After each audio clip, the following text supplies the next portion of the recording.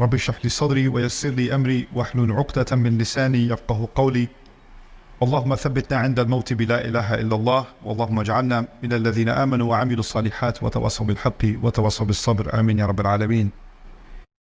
ইনশাআল্লাহ এই খুতবায় আমি সূরা বাকারার ৬১তম আয়াতটি নিয়ে কিছু ভাবনা এবং শিক্ষা আপনাদের সাথে আলোচনা করব। আর এই আয়াতটি নিয়ে কথা বলতে গিয়ে আমি মনে করি আয়াতটি নিয়ে গভীর চিন্তাকারী প্রত্যেক ব্যক্তি উপলব্ধি করতে পারবেন যে আমাদের জন্য এই সময় এই ধরনের আয়াত নিয়ে গবেষণা কেন গুরুত্বপূর্ণ। আল্লাহ আয্যা ওয়া জাল্লা আয়াতটিকে একটি বিশেষ প্রেক্ষাপটে এখানে সন্নিবেশিত করেছেন। বনী ইসরাইল ফেরাউনের হাত থেকে রক্ষা পেয়েছিল, তারা ফেরাউন থেকে রেহাই পেয়েছিল, আর অনেক অনেক প্রজন্ম ধরে তারা ফেরাউনের শাসনের অধীনে বসবাস করে আসছিল। তো দীর্ঘ সময় ধরে তারা অধিকৃত জনগোষ্ঠী হিসেবে বসবাস করেছে কর্তৃত্ববাদী একটি শক্তির অধীনে, যা তাদেরকে শাসন করেছে, দাসতুল্য আচরণ করেছে এবং নিচু জাত হিসেবে গণ্য করেছে। এখন বিষয় হল নির্যাতনকারী এবং নির্যাতিতের মাঝে অদ্ভুত একটা সম্পর্ক রয়েছে।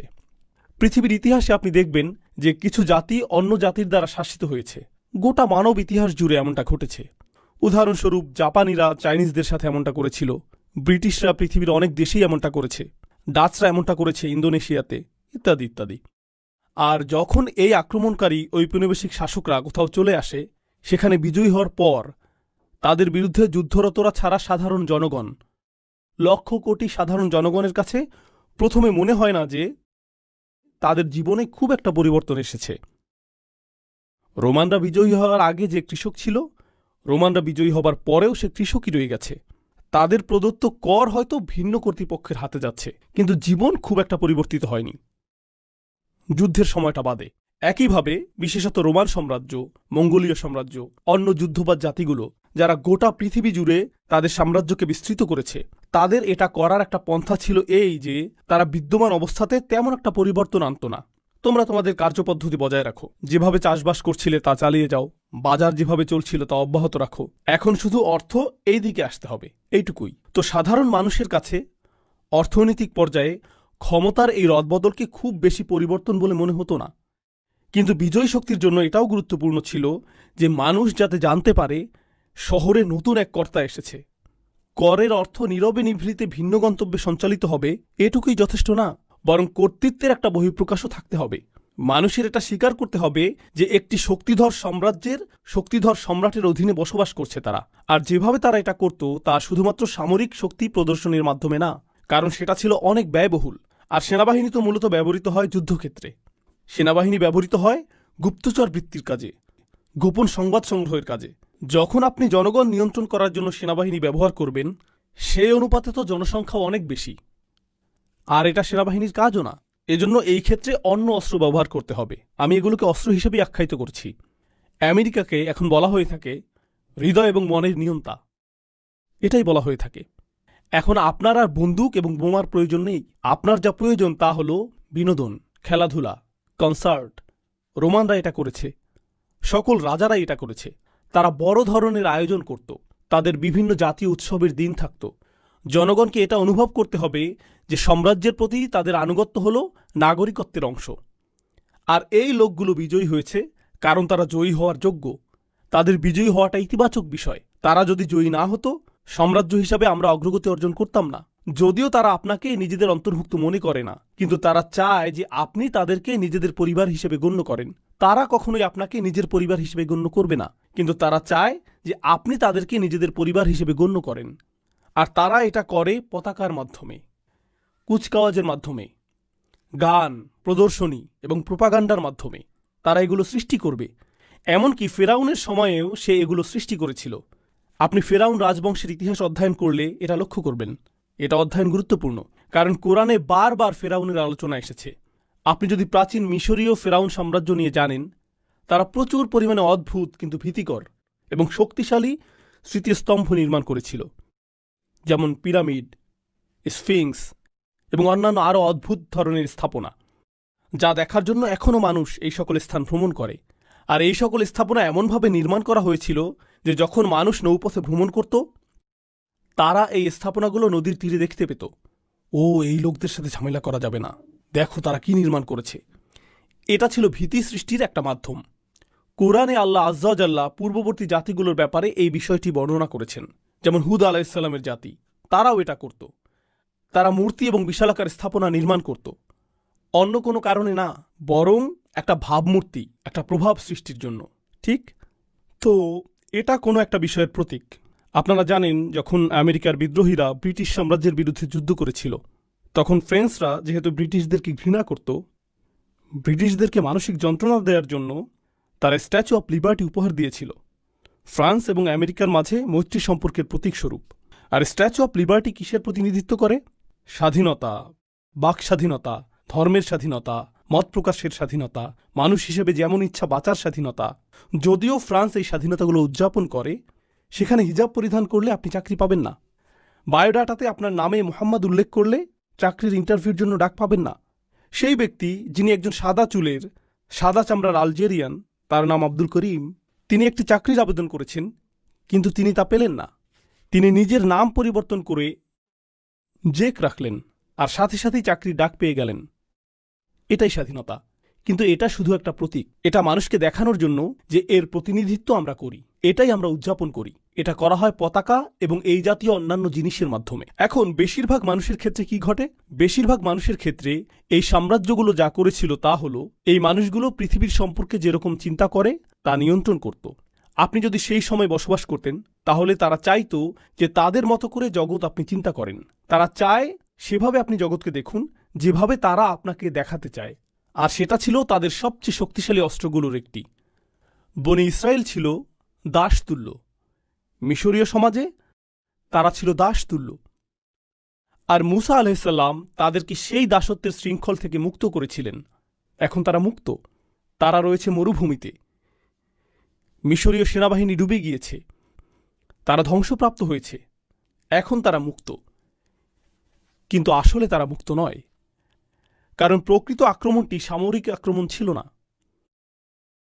প্রকৃত আক্রমণটি ছিল মানসিক আক্রমণ। তারা শারীরিক বিবেচনায় মুক্তি পেয়েছিল বটে, কিন্তু মানসিকভাবে তারা মুক্ত হতে পারেনি। তারা মানসিকভাবে মুক্ত হতে পারেনি। তারা এখন একরকমভাবে মুক্ত। আমি আপনাদেরকে একটা উপমা প্রদান করছি। ধরুন কেউ কারাগারে রয়েছে, মিথ্যা অভিযোগে তাকে কারাগারে বন্দী করা হলো, আর ২০ বছর কারাগারে কাটানোর পর সে মুক্তি পেল। যখন সে মুক্তি পায়, সে আবারও সূর্য দেখতে পায়, সে আবারও স্বাভাবিক খাবার খেতে পায়, সে আবারও বন্ধুত্ব তৈরি করতে পারে। সে কি আর কখনো কারাগারের পোশাক পরিধান করতে চাইবে? আমি সেই পোশাকগুলো মিস করছি। সে কি এটা বলবে? সে কি এটা বলবে যে কারাগারে যে তরল ধরনের খাবার দেওয়া হতো, সেই খাবারটা আমি খুব মিস করছি? আমি মুরগির মাংস খেতে চাই না, আমি গরুর মাংস খেতে চাই না, আমি বারবিকিউ খেতে চাই না, আমি সেই পুরাতন নোংরা পাত্রটি চাই। আর আমি অন্ধকারাচ্ছন্ন স্থানে বসে খাবার খেতে চাই যেখানে ইঁদুর ঘুরে বেড়ায়, কারণ আমি সেগুলো মিস করছি। কেউ সেটা করবে না, কেউই সেটা করবে না। প্রকৃতপক্ষে সে যদি একটা ইঁদুর দেখে, অথবা সে যদি কারাগারের খাবারের পাত্রটির মতো একটা পাত্র দেখতে পায়, তার স্মৃতিতে সেটা ভেসে উঠতে পারে। তার হয়তো পুরনো দিনের কথা মনে পড়ে যেতে পারে। সে হয়তো কান্না শুরু করে দিতে পারে। তার সেটা মনে পড়ে যায় যখন সে কোনো পুলিশ অফিসারকে দেখে। তার হৃদয়ের মধ্যে আতঙ্ক অনুভব করতে পারে, কারণ সে এই অবস্থার মধ্য দিয়ে গিয়েছে। এমনকি সে কারাগারের পাশ দিয়ে যাতায়াতও করতে পারে না। এটা তার জীবনের ভয়ঙ্কর কালো অধ্যায়ের কথা স্মরণ করিয়ে দেয়। সে ভুলে যেতে চায় এই মানুষটি মুক্তি লাভ করেছে এবং এখন সে মুক্তির স্বাদ উপভোগ করতে চায়। সে স্বাধীনতার স্বাদ উপভোগ করতে চায়। তো মূসা আলাইহিসসালাম তাদেরকে নিয়ে মরুভূমিতে চলে গেলেন। এটা মরুভূমি, কোনো বাগান নয়। এখানে বিচিত্র খাবারের সুব্যবস্থা নেই, এখানে প্রচুর পরিমাণে ছায়া নেই। তো আল্লাহ ছায়ার ব্যবস্থা করলেন। ওয়াযাল্লালনা আলাইহিমুল গমাম, তাই না? ওয়া আনজালনা আলাইকুমুল মান্না ওয়াসসালওয়া। তো আল্লাহ তাদের জন্য মান্না এবং সালওয়া প্রেরণ করলেন। খাবারের ব্যবস্থা হয়ে গেল। টিকে থাকার জন্য প্রয়োজন ছিল পানি, যা এসেছে ১২টি ঝর্ণাধারা থেকে। ফানফাজারাত ইসনাতা আশারাতা আইনা, 12টি ঝর্ণাধারা দেয়া হয়েছিল। আমিষের ব্যবস্থা করা হয়েছিল, সালওয়ার ব্যবস্থা করা হয়েছিল, এই পাখির ব্যবস্থা করা হয়েছিল। এই পাখি শিকার করে তারা মাংস আহার করতে পারত। আমিষ এবং চর্বির প্রয়োজন পূরণ হলো। মান্না হলো এক ধরনের গম যা তারা উৎপন্ন করত। তো তাদের জন্য শর্করার ব্যবস্থা করা হলো। পানিরও অভাব ছিল না। এটি ছিল পরিপূর্ণ পুষ্টির একটা ব্যবস্থা। তারা সেখানে কোনো সমস্যা ছাড়া টিকে থাকতে পারত পূর্ণ স্বাধীনতা সহকারে। তবে এই মানুষগুলো যারা শারীরিকভাবে মুক্ত হয়েছিল ঠিকই, কিন্তু তখনও মানসিক দাসত্বে আবদ্ধ ছিল। আর 61 নম্বর আয়াতে তারা মুসা আলাইহিসসালামের কাছে আসলো। আল্লাহ বলছেন, ওয়াইদ কুলতুম, স্মরণ করো যখন তোমরা মুসাকে বলেছিলে, লান নাসবিরা আলা তাআমিন ওয়াহিদ, আমরা শুধু এক ধরনের খাবার খেতে পারবো না, একই খাবার বারবার খাওয়ার ধৈর্য আমাদের নেই। দুপুরের খাবার কি? মান্না এবং সালোয়া। রাতের খাবার কি? সালোয়া এবং মান্না। একই জিনিস বারবার। আমি আর এটা পারছি না, কাম অন, কিছুটা বৈচিত্র্য নিয়ে আসো।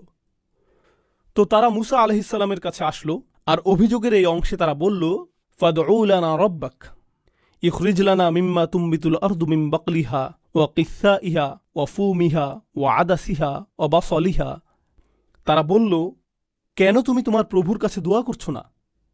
তার উচিত আমাদের জন্য আরো বিচিত্র ধরনের সবজির ব্যবস্থা করা, যেমন ডাল, পেঁয়াজ, কিছুটা তরকারি থাকা তো প্রয়োজন, কিছু মশলা তো থাকা প্রয়োজন।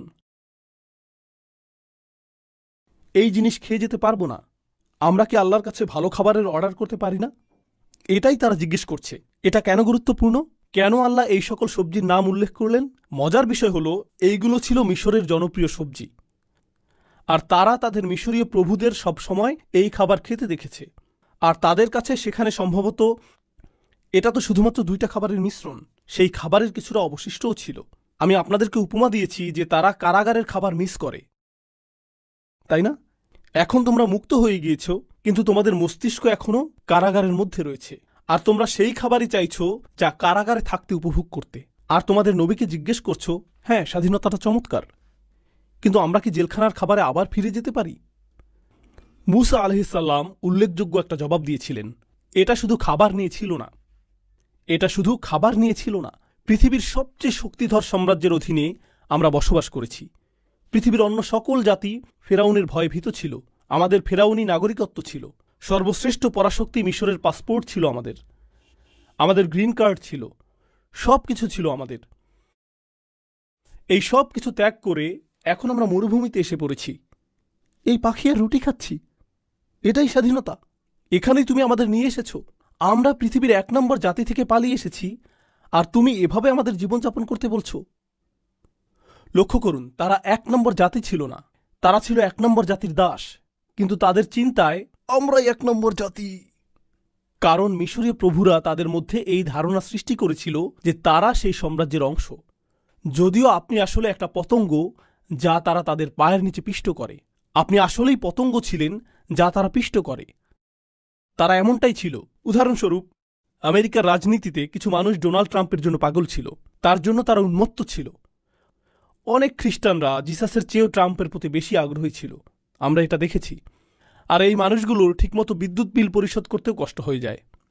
তারা কোনো রকমে টিকে আছে, কিন্তু যখন ট্রাম্প আসে, ইয়ে আমরা আপনাকে ভালোবাসি, আর সে বলে আমিও তোমাদেরকে ভালোবাসি, সে আপনাদের কাউকেই ভালোবাসে না। কিন্তু সে অত্যন্ত সফলভাবে আপনাদের মাঝে এই ধারণা সৃষ্টি করেছে যে তাকে আপনাদের ভালোবাসা উচিত।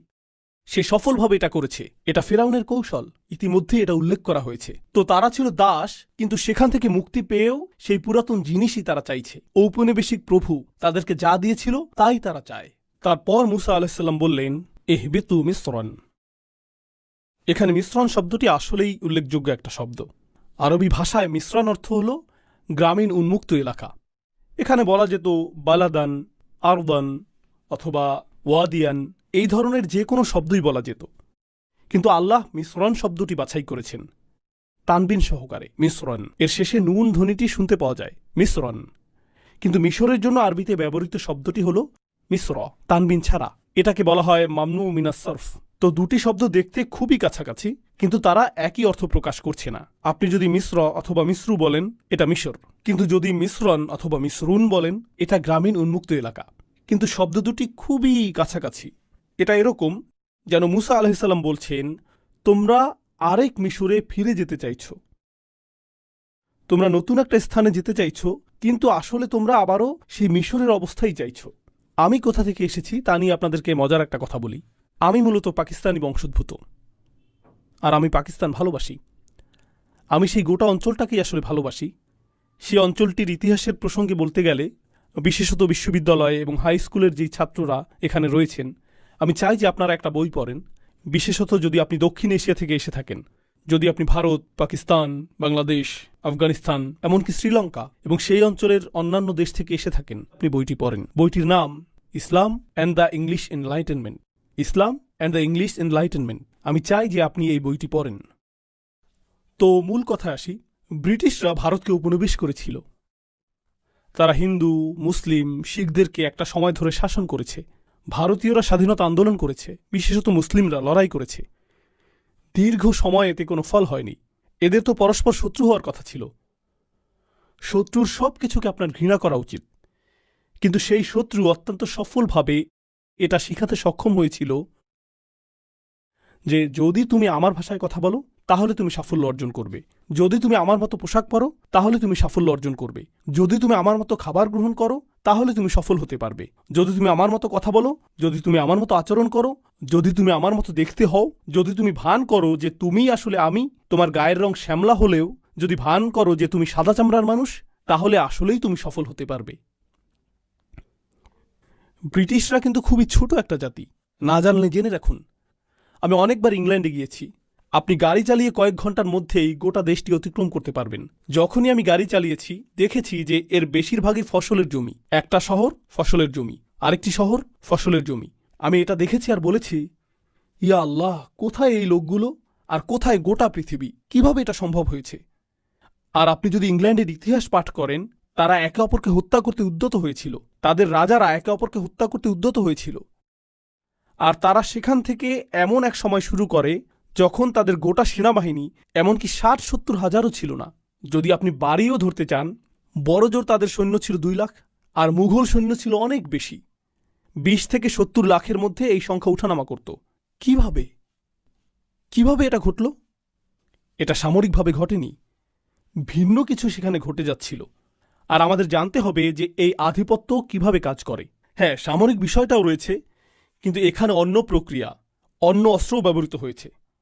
আর সেই অস্ত্রের বিষয়টি হল, এমনকি যখন মানুষ ব্রিটিশদের কাছ থেকে স্বাধীনতা অর্জন করে, এমনকি যখন মানুষ আলজেরিয়াতে হত্যার শিকার হয়েও ফ্রেঞ্চদেরকে বিতাড়িত করেছে, তারা হয়তো ফ্রেঞ্চদেরকে বিতাড়িত করতে পেরেছিল, কিন্তু একটি ফ্রেঞ্চ ভিতরে রয়ে গিয়েছে।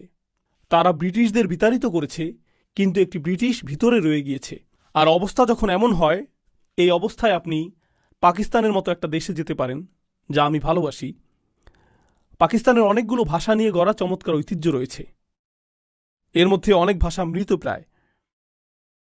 সেখানে আপনি যদি একটি রেস্টুরেন্টে যান আর উর্দু ভাষায় কথা বলেন, তাহলে ওয়েটার আপনার দিকে বিরক্তি ভরে তাকাতে পারে। কিন্তু আপনি যদি একই কথা ইংরেজিতে বলেন, এর উপরে আপনি যদি আমেরিকান উচ্চারণে এটা বলেন, please sir, this way sir, আপনি পরীক্ষা করে দেখতে পারেন।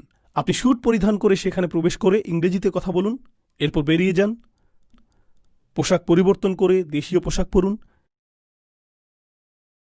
তারপর আবার প্রবেশ করে উর্দু ভাষা বলুন।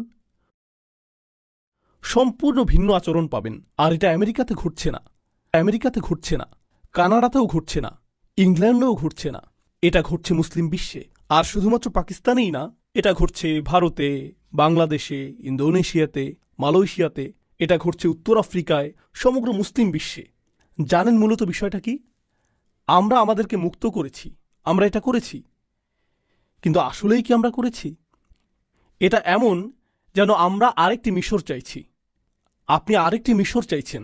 আর যারা এখানে তরুণ প্রজন্মের কাছে মনে হবে, আমি তো কানাডায় জন্ম নিয়েছি, আপনি কিসের কথা বলছেন? এই কথাগুলোর সাথে আমি সম্পর্ক খুঁজে পাচ্ছি না। হ্যাঁ, আপনাকে নিয়ে কিছু কথা বলি।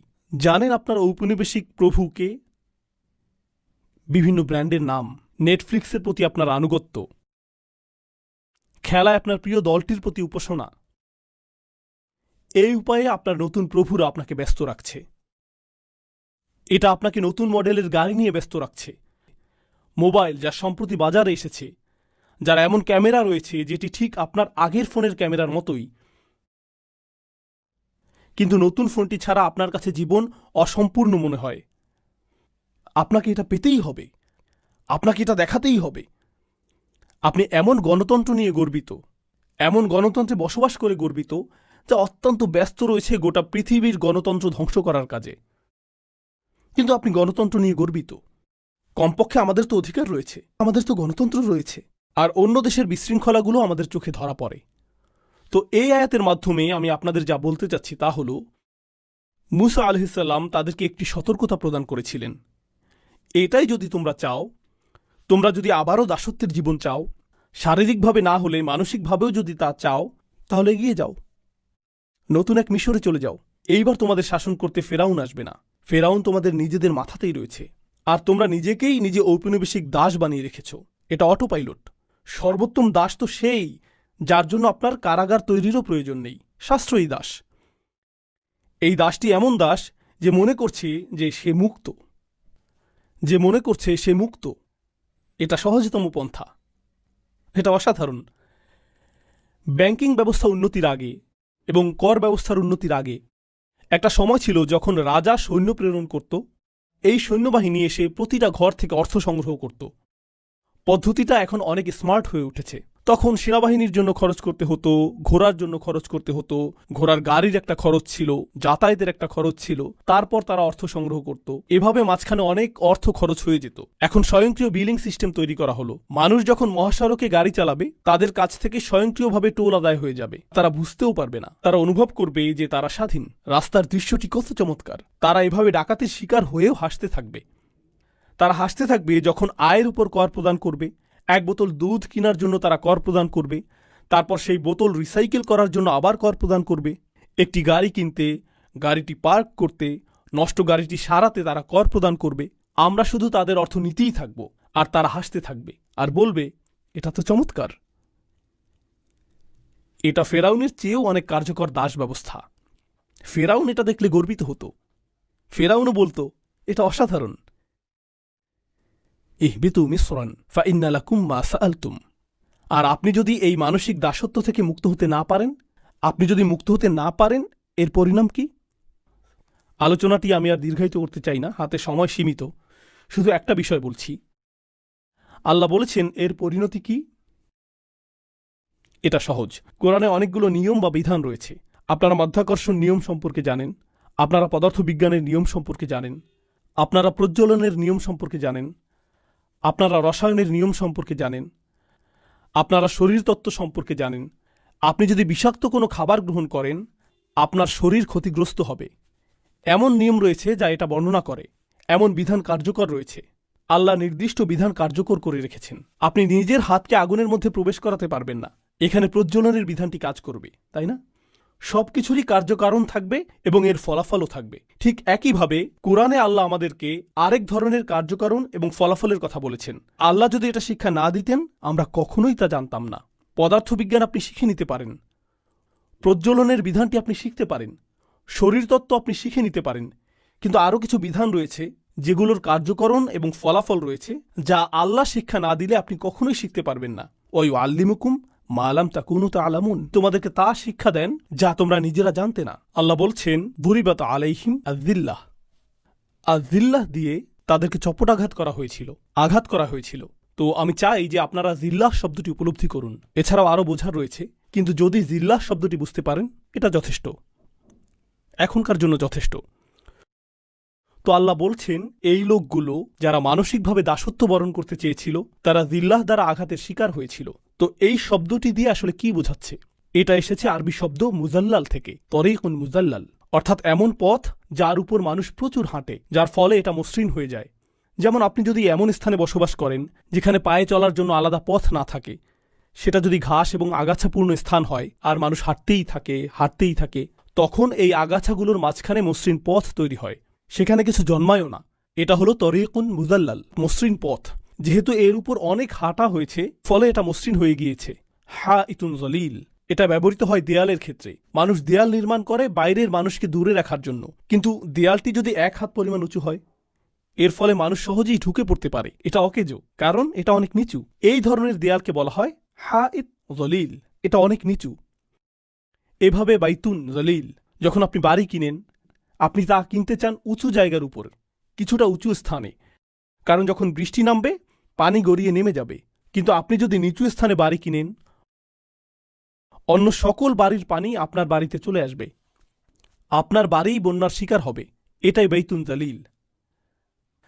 তারা দুলাল আল করম শব্দটি ব্যবহার করে এমন গলার হারের জন্য যাতে সস্তা পুঁতি থাকে, কিন্তু এর মাঝ বরাবর মূল্যবান কয়েকটি পাথর থাকে যা নিচে ঝুলে থাকে। তো দুল্লিয়াত আনাকিদুহ, মূল্যবান যে পাথরগুলো নিচে ঝুলে থাকে সেগুলোকে আসলে বলা হয় জুলাল, যেগুলো নিচে ঝুলে থাকে। মুহাম্মদ হাসান জাবাল কর্তৃক লিখিত আরবি ভাষার বিখ্যাত অভিধানে তিনি এই ব্যাপারে বলেছেন, নাকসুস ইরতিফা ইশাই, কোনো কিছু উঁচু ছিল কিন্তু এখন তা নিচু হয়ে গেল, এটাই দলিল। কেউ শক্তিশালী ছিল, এরপর সে দুর্বল হয়ে গেল, এটাই দলিল। সামাজিক দৃষ্টিকোণ থেকে কেউ আগে আত্মমর্যাদা সম্পন্ন ছিল, আর এখন মানুষের পায়ের নিচে পিষ্ট হওয়াকে এবং নত হয়ে থাকাকে সে উপভোগ করে, এটাই দলিল। তো মুসলিম সভ্যতার সাথে কি ঘটেছে? আজকের দিনেও এমন স্থান রয়েছে, আমি নিজে এমন স্থানে গিয়েছি, মুসলিম সমাজেই কোনো নারী যদি হিজাব পরিধান করেন তিনি সেখানে অশিক্ষিত, গেয় এবং সেকেলে বিবেচিত হন।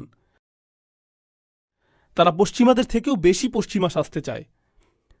পশ্চিমারাও এতটা পশ্চিমা সুলভ আচরণ করে না। কেন? কারণ আমরা এটা অনুভব করতে চাই যে আমরা আধুনিক অনুভব করতে চাই। আপনি লক্ষ্য করবেন যে যুদ্ধ বিধ্বস্ত দেশ, যেখানে গোটা দেশটি ধ্বংসপ্রাপ্ত হয়েছে, গণহত্যা চালানো হয়েছে, আর সেই মানুষগুলোই তাদের মূল্যবোধের অনুভূতি হলো এরকম, দেখো আমি কোন ব্র্যান্ডের বেল্ট কিনেছি, দেখো আমার জুতাগুলো, দেখো আমি কোন স্যুটটি কিনেছি, এটাই তার মূল্যবোধের উৎস। প্রভু বলেছে, আমার কাছ থেকে কিনো, আমাকেই কর প্রদান করো, আর একই সাথে গর্বিতও বোধ করো। মানুষ এর চেয়ে বেশি দলিল কিভাবে হতে পারে? মানুষ এর চেয়ে নিচে আর কিভাবে নামতে পারে? এটা হালাল এবং হারামের বিষয় না। আমি চাই যে আপনারা বিষয়টা উপলব্ধি করুন। এটা হারামের সাথে সম্পর্কিত না, এটা আত্মমর্যাদার বিষয়। আমি সমাপ্তি টানছি এই বলে যে পৃথিবীর সকল সংস্কৃতি হল আদম আলাইহিসসালামকে যা দেয়া হয়েছিল তা থেকে আগত। আনজালনা আলাইকুম লিবাসান ইউআরি সাওআতিকুম ওয়ারিশা।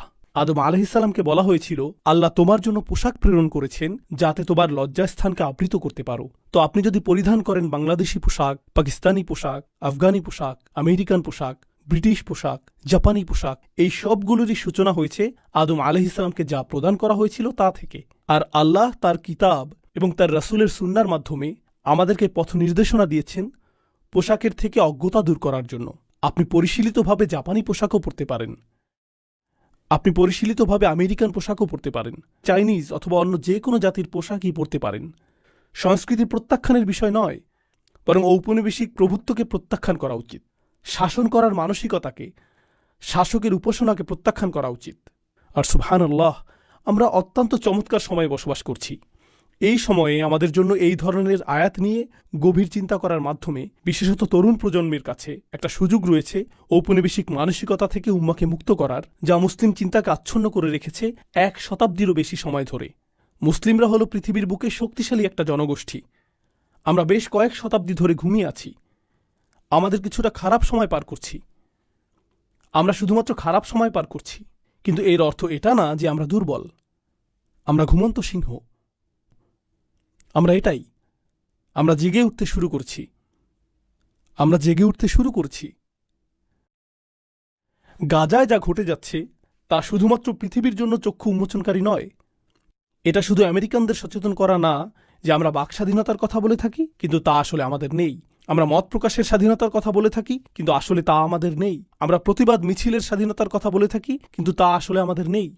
এটা শুধুমাত্র আমেরিকানদেরকে এই গুরুত্বপূর্ণ বিষয়গুলো নিয়ে সচেতন করা না, বরং এই চিন্তাও জাগ্রত করা যে তারা আমাদেরকে দাসের মতোই বিবেচনা করেছিল আর অদৃশ্য বেড়া তৈরি করে রেখেছিল। মুসলিমরা বুঝতে পারছে যে এতদিন আমি কিসের উপাসনা করে আসছি, কোন কল্পিত গরু নিজের চিন্তার জগতে তৈরি করে আমি উপাসনা করেছি, বনি ইসরাইলের সেই সোনালী গরুর মতো। এখন আর এটা সোনালী গরু হতে হবে সেটা জরুরি না। এটা হতে পারে যে কোনো কিছুর সোনালী লোগো, এটা হতে পারে সোনালী নাইকি, হতে পারে সোনালী ফেরারি, সোনালী অ্যাডিডাস, এগুলো সবই সোনালী গরু। আজকের যুগে এগুলোই সোনালী গরু। পৃথিবীর সকল সামেরিরা এগুলো নির্মাণ করে যাচ্ছে। তো আমি মনে করি যে এটা নতুন একটা সূচনা, এটা নতুন জাগরণের সূচনা। আমরা এখন আর সাংস্কৃতিক আগ্রাসনের শিকার হব না। আমরা নিজেদেরকে প্রকাশিত করতে পারি এবং নিজেরাই চিন্তা করতে পারি, আর আমরা সত্য ছাড়া অন্য কিছুর অনুগত হব না। আমরা পৃথিবীকে সত্য প্রত্যক্ষ করার আমন্ত্রণ জানাতে পারি এমন কারো চোখ দিয়ে দেখা থেকে বিরত থেকে যে এতদিন নিয়ন্ত্রিতভাবে কারসাজি করে সত্য গোপন করে এসেছে। আল্লাহ আয্যা ওয়া জাল্লা আমাদের হৃদয় এবং মনকে মুক্তি দান করুন। বিশেষভাবে এই প্রজন্মকে আল্লাহ সামর্থ্য দান করুন যারা উম্মাকে ঔপনিবেশিক সেই প্রভুত্ব থেকে মুক্ত করবে যা এখনও ভিতরে রয়ে গিয়েছে, যা বহির্গত প্রভুত্ব থেকে কোনো অংশে কম নয়। বারাকাল্লাহু লি ওয়া লাকুম ফিল কুরআনিল হাকিম ওয়া নাফা'নি ওয়া ইয়্যাকুম বিল আয়াতি ওয়া যিকরিল হাকিম।